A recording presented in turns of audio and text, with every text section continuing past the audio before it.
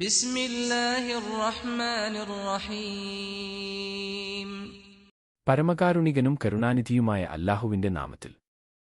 In the name of God, the most gracious, the most merciful. Earth's journey through the Milky Way. ക്ഷീരപഥത്തിലൂടെയുള്ള ഭൂമിയുടെ യാത്ര. وهو الذي خلق الليل والنهار والشمس والقمر كل في فلك يسبحون. അവനത്രേ രാത്രി, പകൽ, സൂര്യൻ, ചന്ദ്രൻ എന്നിവയെ സൃഷ്ടിച്ചത്.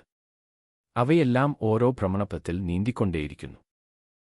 Astronomers have long studied the orbits and movements of the planets, tracking their paths across the sky and calculating their future trajectories.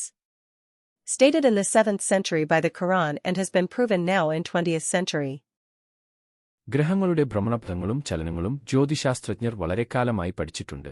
ആകാശത്തിലൂടെ അവയുടെ പാതകൾ നിരീക്ഷിക്കുകയും അവയുടെ ഭാവി പാതകൾ കണക്കാക്കുകയും ചെയ്യുന്നു. 7ാം നൂറ്റാണ്ടിൽ ഖുർആൻ പ്രസ്താവിച്ചു, ഇപ്പോൾ 20ാം നൂറ്റാണ്ടിൽ തെളിയിക്കപ്പെട്ടിട്ടുണ്ട്. The phrase fi falakin yasbahun, each in an orbit is swimming, is often interpreted by scholars and readers to mean that all celestial bodies, including the Earth, are in motion in their own orbits. ഓരോന്നും ഒരു ഭ്രമണപഥത്തിൽ നീന്തുകയാണ് എന്ന വാക്യം ഭൂമി ഉൾപ്പെടെയുള്ള എല്ലാ ആകാശഗോളങ്ങളും അവയുടെ സ്വന്തം ഭ്രമണപഥത്തിൽ ചലിച്ചുകൊണ്ടിരിക്കുകയാണെന്ന് പണ്ഡിതന്മാരും വായനക്കാരും പലപ്പോഴും വ്യാഖ്യാനിക്കാറുണ്ട്.